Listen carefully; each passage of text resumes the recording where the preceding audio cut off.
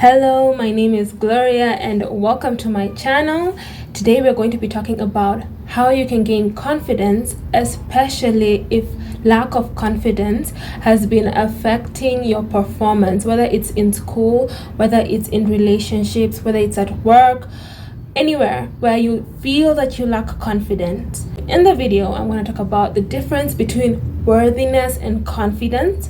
I'm going to talk about how to actually gain confidence. I'm going to give you 4 tips that if you implement, I guarantee you're going to be confident, or your confidence is going to increase. And these are the tips I used as a lawyer, because in my profession, it doesn't cut it to be shy and reserved before the judge. They will just laugh at you, right, and kick you out. So finally, for the people who are still watching, I'm going to give them a special tip that will quantum leap them in terms of confidence, the special mindset that they can use to increase their confidence in leaps and bounds just by implementing this one principle, right?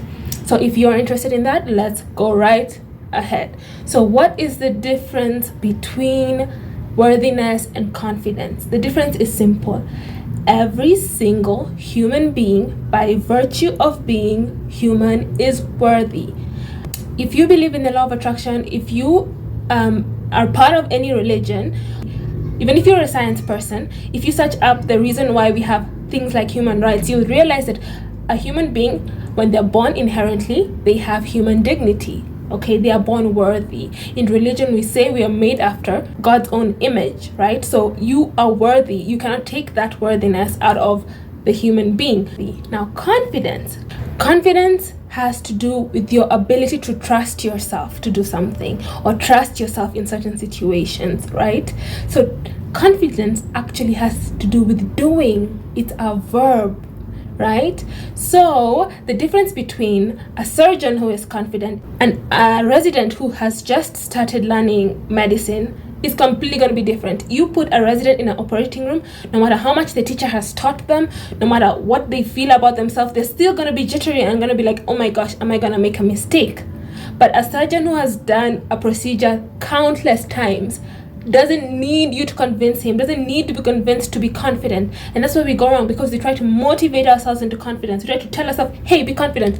Well, all you need to do is to do the thing. Do the thing that makes you scared. If it's driving, you're not confident in driving. When you first start out, it's because you're not driven a lot. So the more you drive, the more comfortable you get with driving, the more confident you are at it, until it reaches a point you don't even think about it. I'm gonna give you the 4 tips, okay, that are gonna make you more confident. The first tip is do it. Do it anyway. I'll give you an example. For a long time, I was not confident in public speaking.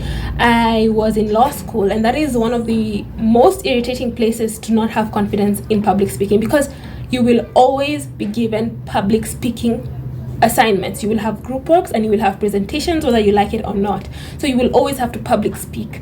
And at some point, I had told myself the story that I'm not confident in public speaking, so I used to avoid it at all costs. If somebody else could do it in the group work, I would be so happy to give it to them. I would rather do the research and be in the background than do it.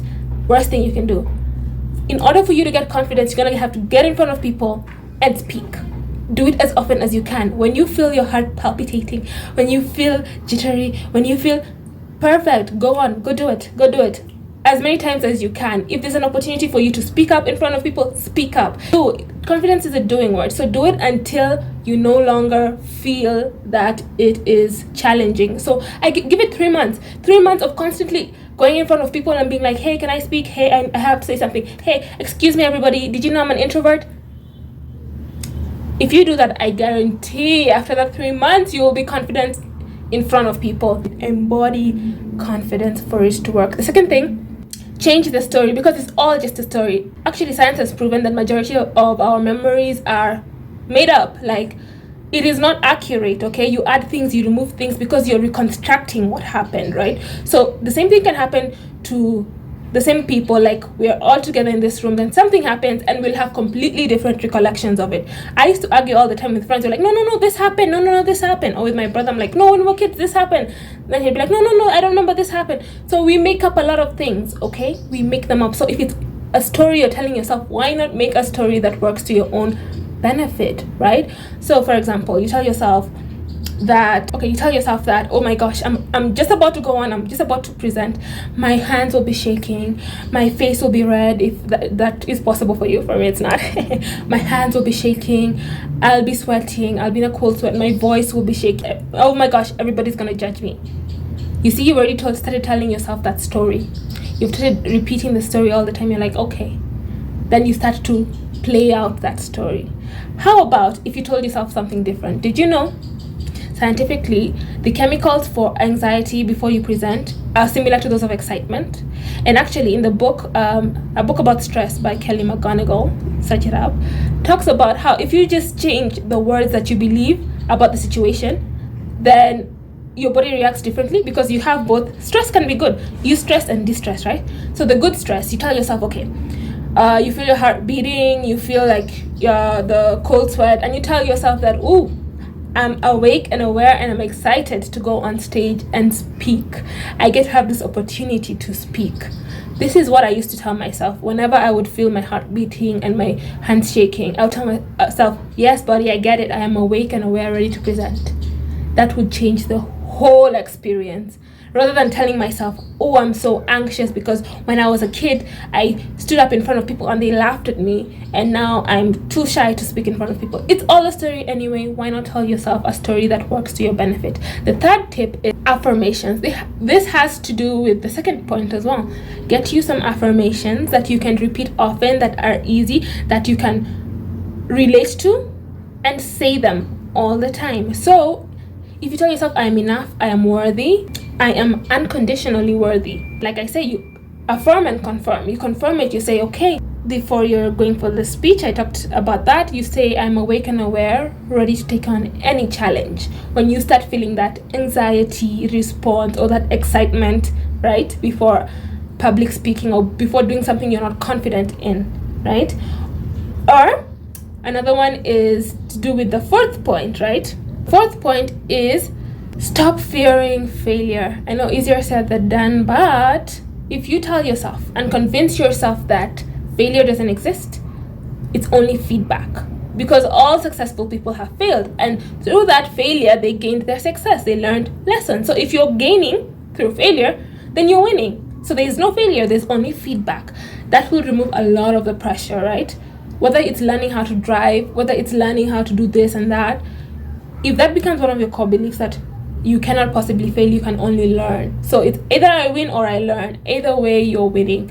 So you give yourself that motivation, right? So back to the affirmations. You tell yourself, I can't possibly fail. If my voice shakes, if people give me feedback and tell me my presentation skills are not that good, I have learned something, okay? I have learned that either people like to talk, or I've learned that maybe I need to improve on my diction, or maybe I need to improve on my volume, and I can practice, okay?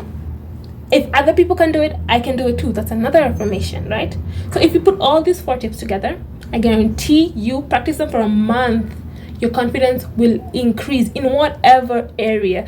If you are learning how to drive and you calm yourself down and say, okay, I'm just excited, okay? Take necessary precaution. You have a teacher there with you and you're learning how to drive, and you practice day in and day out, and you affirm that, wow, every day I'm getting better and better. That's your affirmation. And you confirm it, and you're like, okay, you see, my parking is getting better.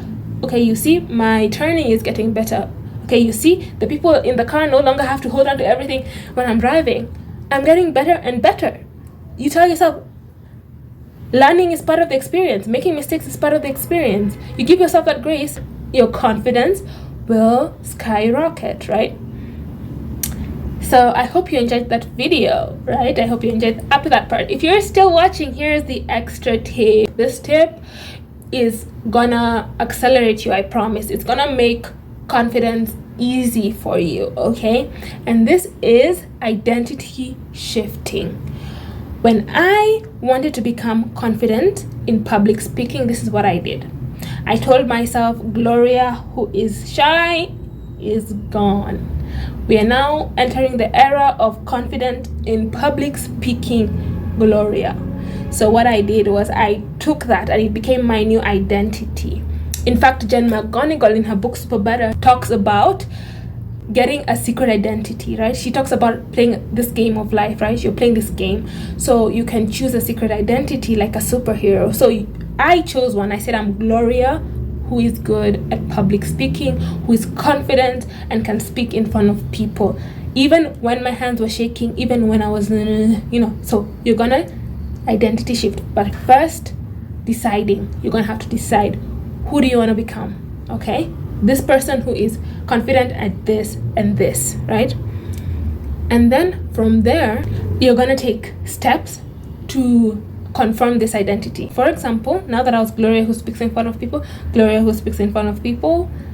goes to class, and I was a group leader. So instead of shying away from finding out where my group members were, I just went up there and took the mic. I'm like, excuse me, group members of this whatever, let's meet outside.